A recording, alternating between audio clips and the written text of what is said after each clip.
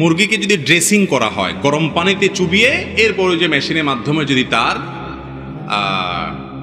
পরগুলো আলাদা করা হয়, তাহলে সেক্ষেত্রে সে মুরগি খেতে অনেক আলেমরা নিষেধ করেন। এই প্রশ্নের উত্তরে ডক্টর খন্দকার আব্দুল্লাহ জাহাঙ্গীর রহমাহুল্লাহ বলেছেন যে ওলামা একরাম যে যুক্তিতে নিষেধ করেন সেটা হলো, ওনারা মনে করেন যে মুরগির পেটের ভেতরে নাড়ি ভুড়ি যদি থাকে, পায়খানা মলমূত্র আছে, এই অবস্থা যদি গরম পানিতে চুবানো হয়, তাহলে ওই গরম পানিতে ওই মলমূত্র সবগুলো সেদ্ধ হয়ে গলে গোশতের সাথে মিশে যেতে পারে, নাপাক হয়ে যেতে পারে গোশতটা, সেজন্য আলেমরা নিষেধ করেন।